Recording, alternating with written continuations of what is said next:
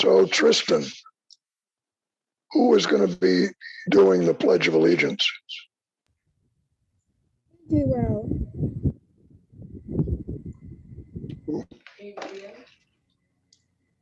Who, Tristan? AJ.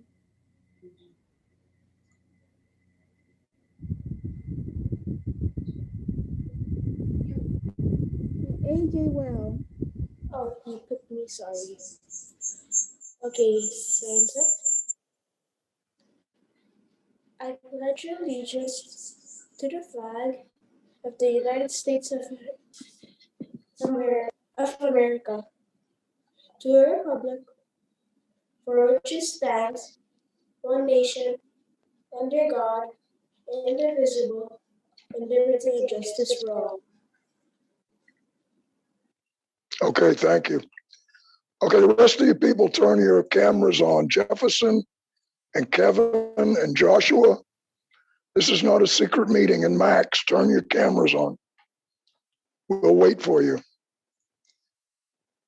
I shouldn't have to tell you, it's automatic. Have your camera on if you're on the meeting. Kevin? Kevin, are you there? Max?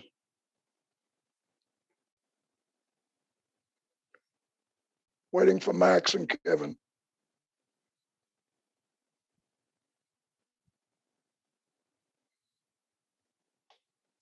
All right, we'll continue. Tristan, who's going to do the Scout Law? It will be Philip. Philip, okay. Signs up. A scout is trustworthy, loyal, helpful, friendly, courteous, kind, obedient, cheerful, thrifty, brave, clean, and reverent. 2. Okay, thank you. Tristan, who's the Scout Oath? Next, it will be Max.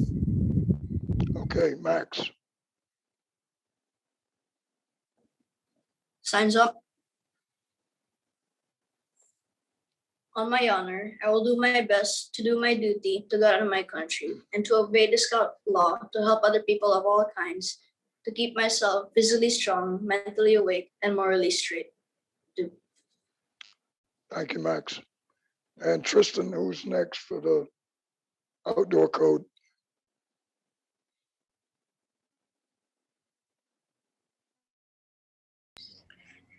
Well, there's no more people from the Black Alpha troop, so I guess I'll do it.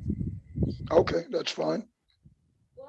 As an American, I will do my best to be clean in my outdoor manners, be careful with fire, be considerate in the outdoors, and be conservation-minded, too. Okay, good. Gab, are you there? Is your camera working? Okay, good. Kevin, are you there? Can you hear me? Is your camera working? Kevin Labine. Okay, no Kevin. All right, let's go ahead and start this morning.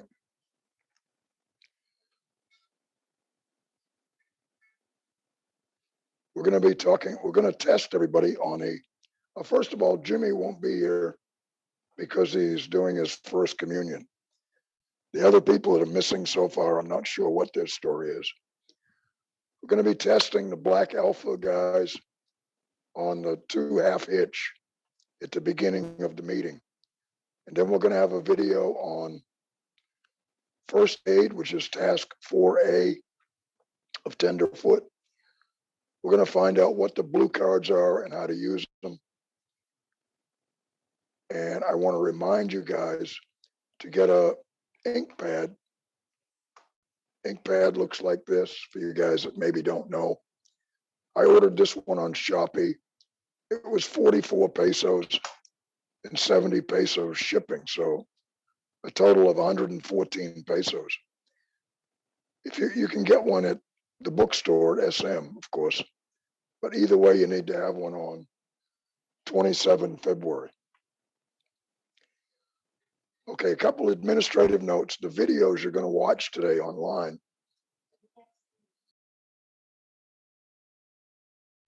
they're going to lag a little bit. We've checked them and found the best player possible so that the video doesn't lag too much, but it's going to lag some. My apologies. Okay, back up on the, okay, let's find out, Philip, how many days of exercise have you done?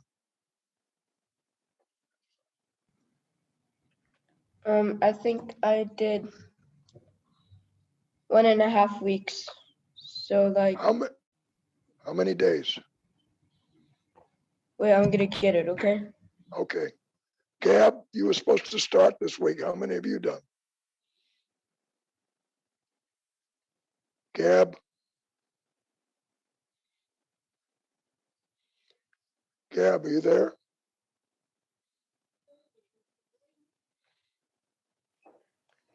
Yes, sir. Gab, Yes, sir. how many days exercise have you done? It's my 6th day today, actually. 6 days. Okay, that's good.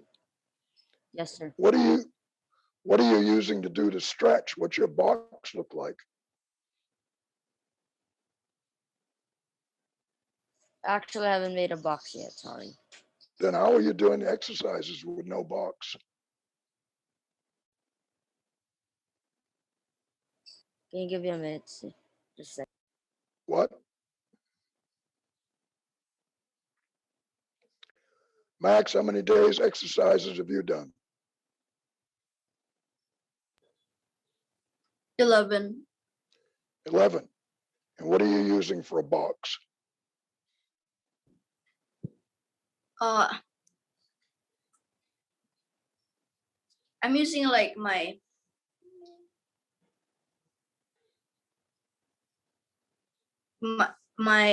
couch, and then I just stick a ruler onto it. Okay, that's fine. All right. Philip, how about you? How many days of exercise? 7. 11? 7. Oh, 7. Okay. And Tristan, how about you? I did 9. 9. Okay. And you've been doing it with AJ, and so you both got 9.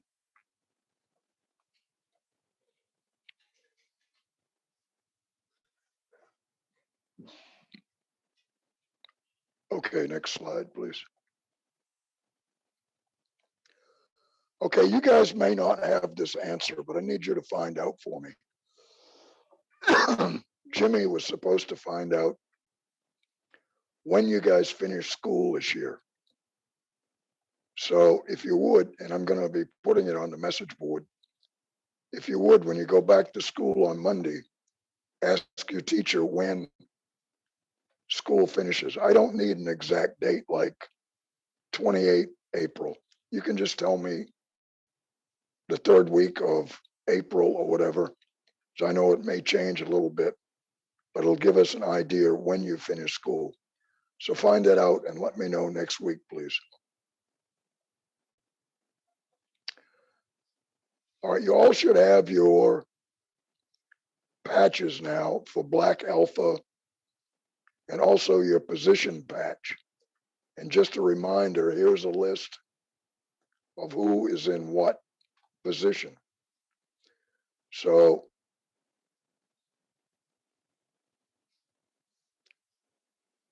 okay. And this next week, I'd like you guys to get your patches sewed on. The Black Alpha Patrol and also your position patch. And we'll be checking you next Saturday to see if you have them sewed on. Very good, Tristan. Okay, Gab, you need to get that box made for PE. One of the exercises you've got to do is the stretch, the back stretch. So you need to play catch up with that. When, after we finish 12 weeks of Tenderfoot study, it's not going to be a freebie. You're going to see some of your scout mates making Tenderfoot, and some of you are going to be making a box and doing stuff over. So let's do it right the first time. Next slide, please.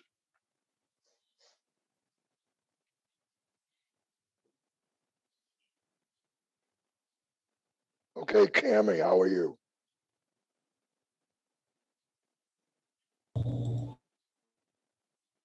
Cammy, can you hear me? Cammy, can you hear me? Yes, I can. How many days of exercise have you done? About 2 weeks, I think. I think a week and a half. Okay, how many days? You should have a score sheet. How many days have you done? Last week, I think you told me 7.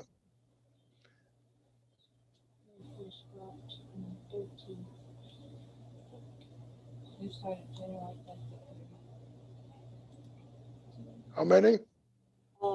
13. 13, okay. And you have a box to do that back stretch, right? Yeah, I do. Okay, great. Kevin, are you there yet? Kevin?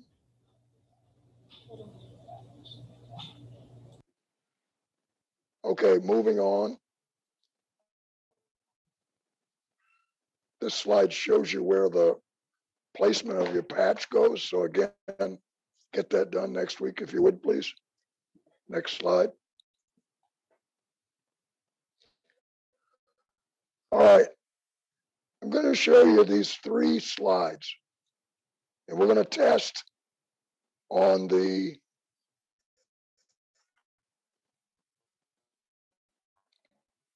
double half hitch knot, right? And if you get it correct, item 3B in Tenderfoot. I'm going to have AJ go first. We practiced it last night, and then I'm going to have you guys do it one by one. And you need to do it on camera so I can see it. Okay, AJ, are you ready? Yes. You have to get a pen or something like a stick. Then you put it over like this. And then you make a loop. And then you do that. Put this thing inside the hole. Then just repeat that again. Wait.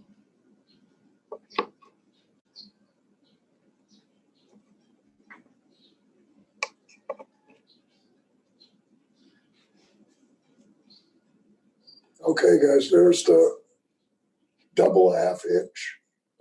Who wants to go next?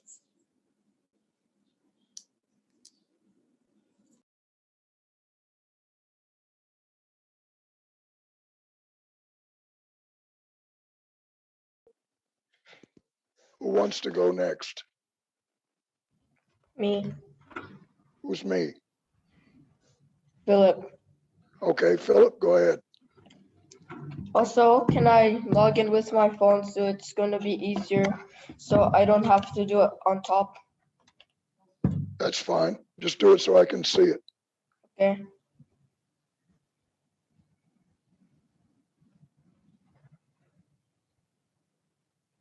Have you started yet?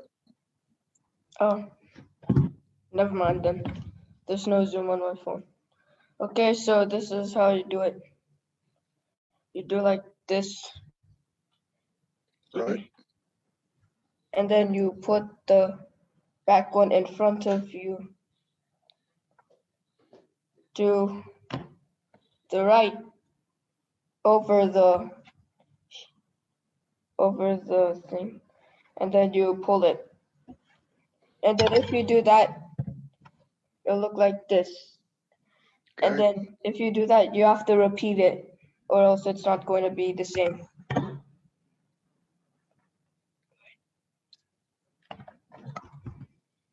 I'm gonna try it again. Okay.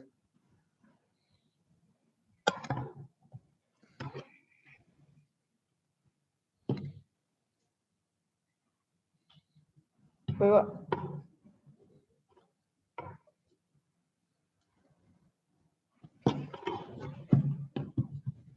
Oh, and then it should look like this. Okay. Very good. Good one, Philip. Who's next?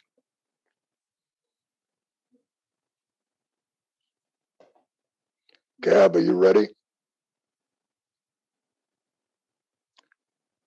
Gab, are you ready to do the double half hitch? Max, are you ready?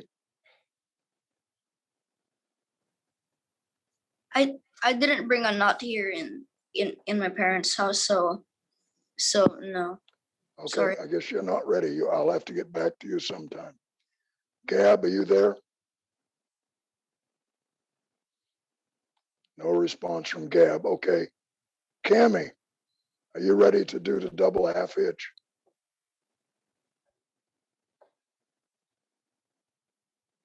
Tell me, turn your microphone on, Cammy, and tell me what you're doing. I'm still practicing a little bit. I can't. Okay, so you're not ready. Tristan, are you ready?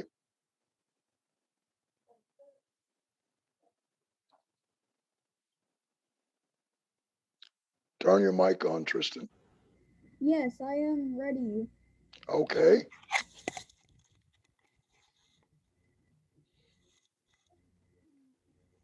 We have our running man. We put it over the Right. center point and through the loop. And Right. then we are running again and put it over and put it on and put it under the loop again. And then ta-da! Okay, very good, Tristan. All right, so the people that get credit for the double half hitch are AJ, Philip, and Tristan. The rest of you are going to need to practice, and I'll get back to you. Don't fall behind. You won't make tenderfoot with the rest of the guys. Next slide. You don't have to play that video. Remember, the sound is okay, and it's mostly slides, so it shouldn't lag too much.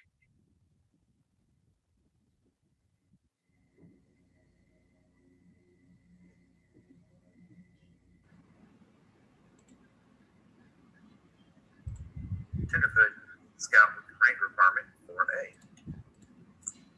Show first aid for the following: simple cuts and scrapes, blisters on the hand and foot, minor thermal heat burns or scalds, superficial or first degree, bites or stings of insects and ticks, venomous snake bite, nose bleed, frostbite and sunburn, choking. Minor cuts and scrapes. How to treat: first, wash with water, then apply and finally test sterile bandage The sound is horrible. as often as needed.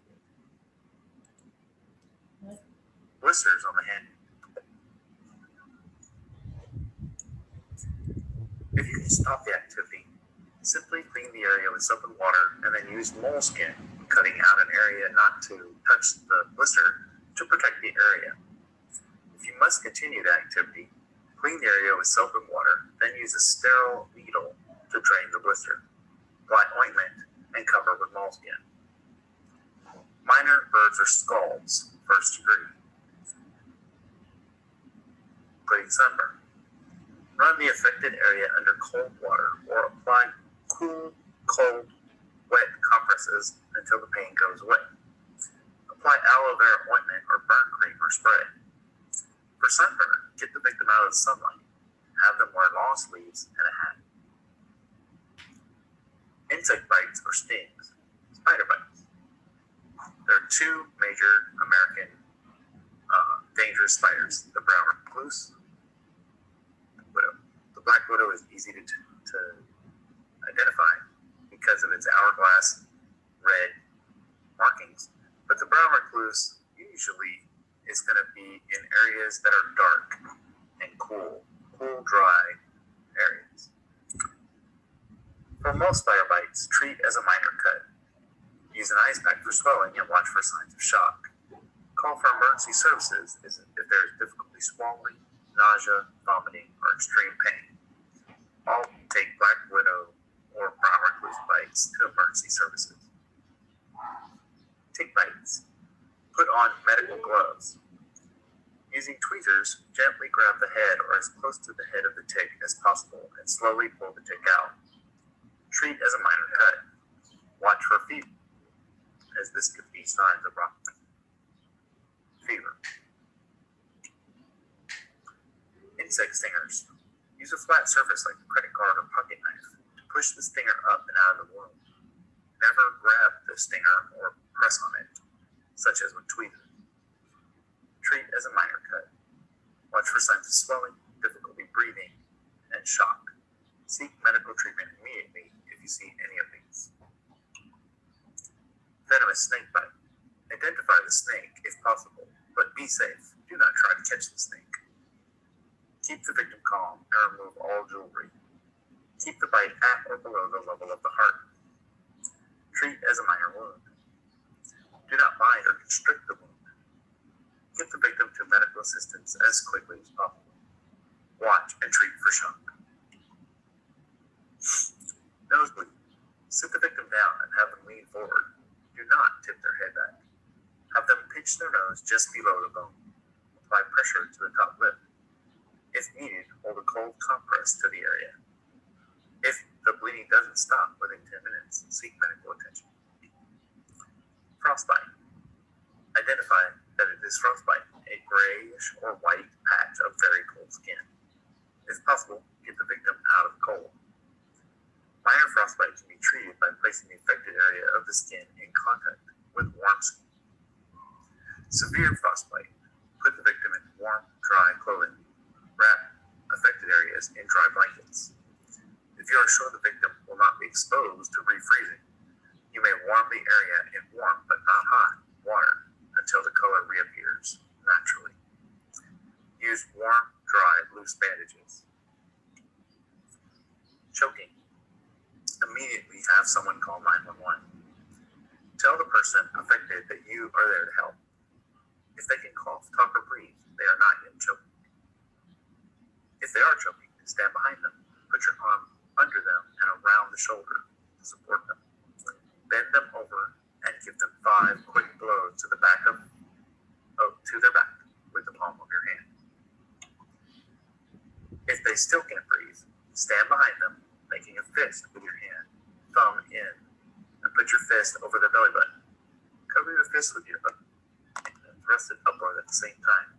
Repeat 5 times. Repeat the back blows and abdominal thrusts until the victim can breathe or becomes unconscious.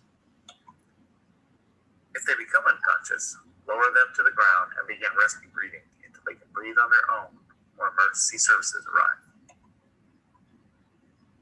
This has been Scouter Rob.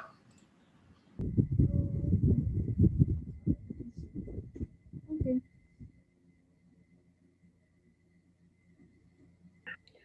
Okay, guys, during the last video, it referred to people going into shock. And I suspect that most of you do not know what shock is. Oh, I do. This is a 1.5 minute video so that you'll have an understanding of shock and be able to recognize the symptoms of a person going into shock.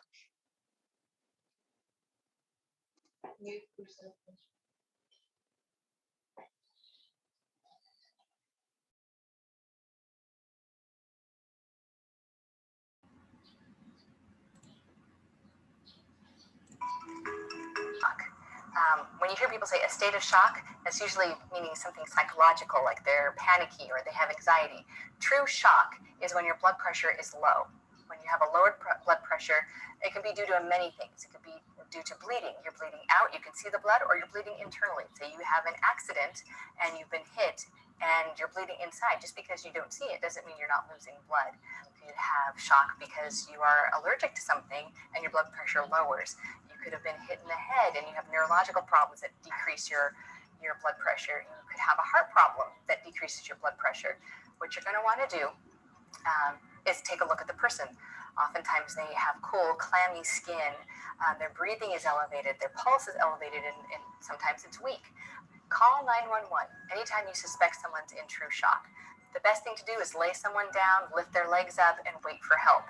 If you suspect someone has a head or a neck injury, the best thing is to leave them alone and not move them. If you have to move them, be very, very careful. If you're unsure if it's a head or a neck injury, just be very careful not to twist their head too much or twist their shoulders. Move them very gently and wait for help. The best thing to do is lay them on the ground, lift their feet up about 6 to 8 inches and put them on a box or something to elevate them so that the blood stays in the main part of the body. Call 911 and get help. Now, we checked this morning online, and 911 appears to be the emergency number also in the Philippines to get help. I didn't try it because I'm afraid they'd track my number and come find me for a phony call, but we'll check it this week and let you know next week if 911 really works in the Philippines,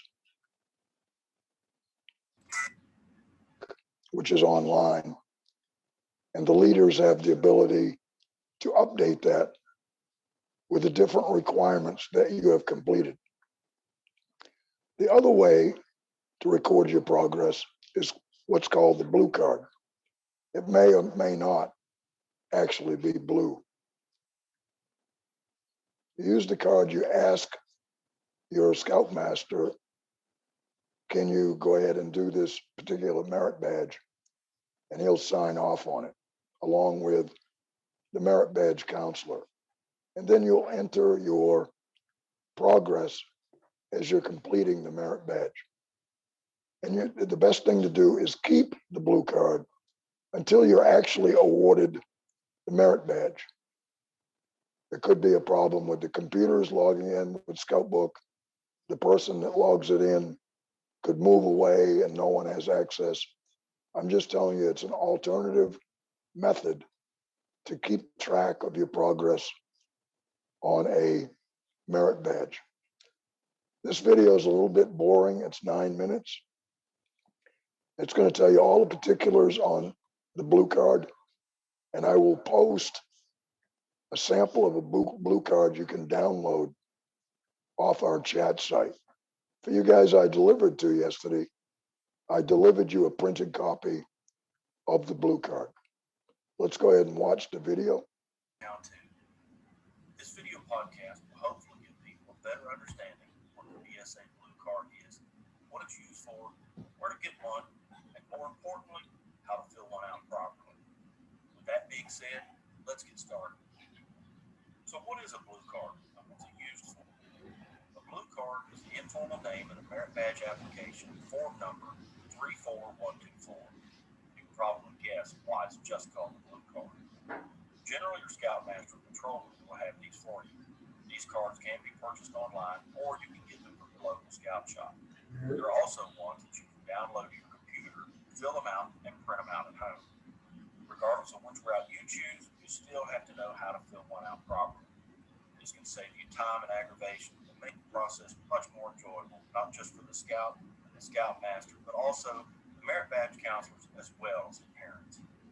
An important point to make here before going much further is this. There is one person that is responsible for all aspects of the blue card, from start to finish, and that is the scout.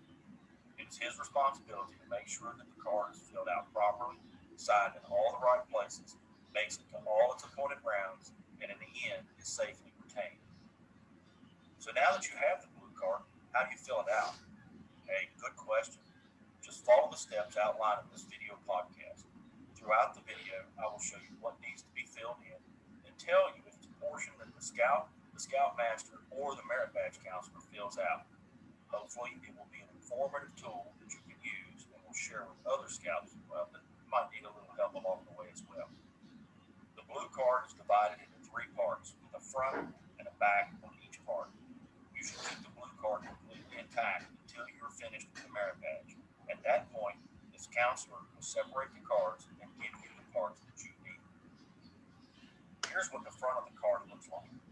On the right-hand side of the front, you can see where it says Application for Merit Badge.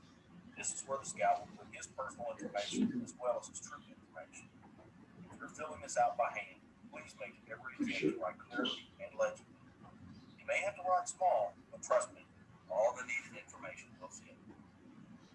On the top 3 lines is where the scout fills in his name and his mailing address. scout's name, usually their full name, so no nicknames. Don't forget to put a check in the appropriate box for Boy Scout, Varsity Scout, or Venture. On the next line, you need to fill in whether you're a member of a troop, team, or crew, followed by that unit's number. Here, we're using the fictitious troop number of 789. Fill in the next two lines with your district and council information. So this is what our card looks like at this given point. Okay, now let's turn our card over to the back side. Here's what the back looks like. On the back, the scout is to fill out a little bit of information in each of the three sections. An easy way to remember is that moving from left to right, there's one thing to fill out in the left-hand section, two things to fill out in the middle, and three things to fill out in the right-hand section. Let's get to it. Looking at the left-hand section, you can see where the name of the merit badge that you're looking to earn is entered at the top. In the middle section, two things to fill in here. At the top is the scout name, same as on the front. Once again, in this section, you put in what merit badge you're looking to earn. It sounds redundant, but remember, each of these sections will be separated at the end and will be headed to different places. Okay, so on the right-hand side, there are how many things to fill in? Remember the 1, 2, 3? Right. On the right-hand side, there are three things to fill in. Once again, the scout name at the top, checkbox for troop, team, or crew, and then the name of the merit badge once again. Here's what the back portion of the blue card should look like at this point. Now you're ready to take this blue card to your Scoutmaster and have him sign it. This is a very important step. According to the Scoutmaster handbook, the scout needs to have a Scoutmaster signature before starting work on the merit badge. This is your Scoutmaster's approval to start work. So, where does the signature go? On the front of the card, on the section where it says application for merit badge, at the bottom of that section, you would sign the card and date it. Once the Scoutmaster had signed this card, the scout is now ready to begin work on the merit badge. Here's where we are today. Let's move back to the center section again. Either you or your merit badge counselor can write down the corresponding numbers and letters of the specific requirements for the merit badge you're looking to earn. Remember that some numbers will say do 3 of the following or say do all of the following, so you may or may not know exactly which requirements you will do. As an example, here with our computer merit badge, the scout is to choose 3 from several that are listed in number 6. Sometimes it may be better to place the correct amount of numbers and leave the letters so you figure out for sure which ones you want to do. This also has the added benefit of acting more or less as a placeholder. Take a look at the card here and see what I mean. When you have completed the requirement, the counselor will sign off on the card using his initials and a date completed, as seen here. Here we can see the requirements 1 through 4 were completed on July 12, 2011. Here we see that the scout completed all requirements number 5 on July 19th, and so on, and so on, and so on.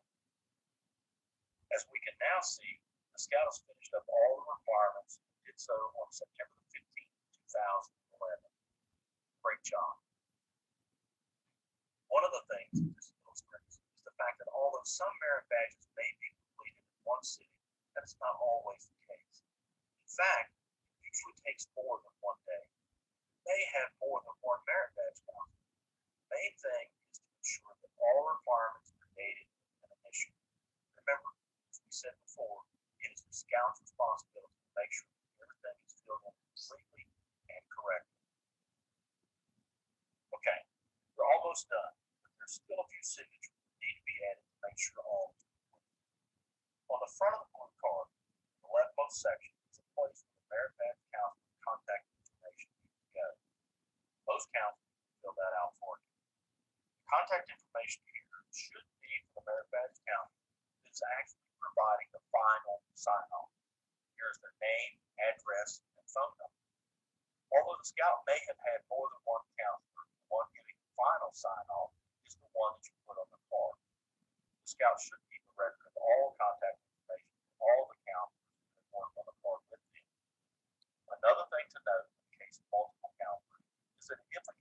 signed off on a requirement, another counselor cannot make the scout redo or revoke that requirement.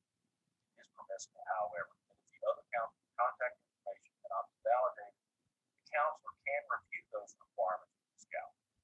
Once the counselor is satisfied that the scout has completed all requirements and is ready to get the final approval, he or she must sign the date on this section. The counselor must sign and date the center section as well. And finally, the counselor fills in the date of completion in the right note section. The counselor may also write some remarks if they so choose, as we can see was done here.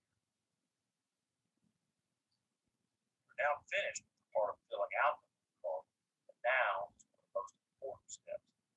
You need to make sure that the counselor attached to the far right section, he or she will keep that in their records. The other two sections need to make it back to your scout master or its abandoned chair. At this point, the blue card will be signed and processed by the unit, and soon you will be awarded your merit badge. When you receive your merit badge, you should get back the center portion. Do yourself a favor and keep this along with all of the other blue cards in the very same place. When you go before your Eagle Review Board, you'll need to bring all of your blue cards with you as proof of all the merit badges that you've earned. That's all there is to filling out the blue card. Hopefully, The blue card, the first time you'll have a chance to fill one out is on February 27th, when we do the fingerprint merit badge. That merit badge is an easy one, and you'll be able to complete it all in the same meeting. Remember, you need an ink pad, and we'll post the fingerprint card so you can download it. The guys I delivered to yesterday, you got one. Save it for the 27th. Next week, we're going to be talking about poisonous plants, safety when camping, how to assemble a personal first aid kit. For the guys that passed the double half hitch knot today, they'll be tested on the taut line hitch next week. The guys that did not pass, which was Max, Gab, Cammy, Ethan, and Jimmy, will be tested on the double half hitch next week. Do I have any questions from you guys?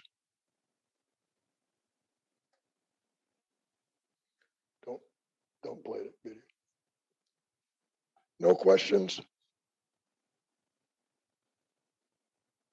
Okay, when we finish our meeting, let's go ahead and have our closing ceremony, and we'll leave this online for about 10 minutes if you guys want to chat with each other.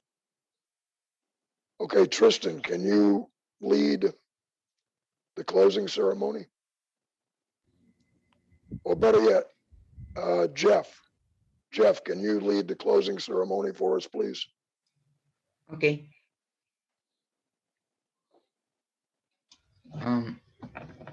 Unmute your mic.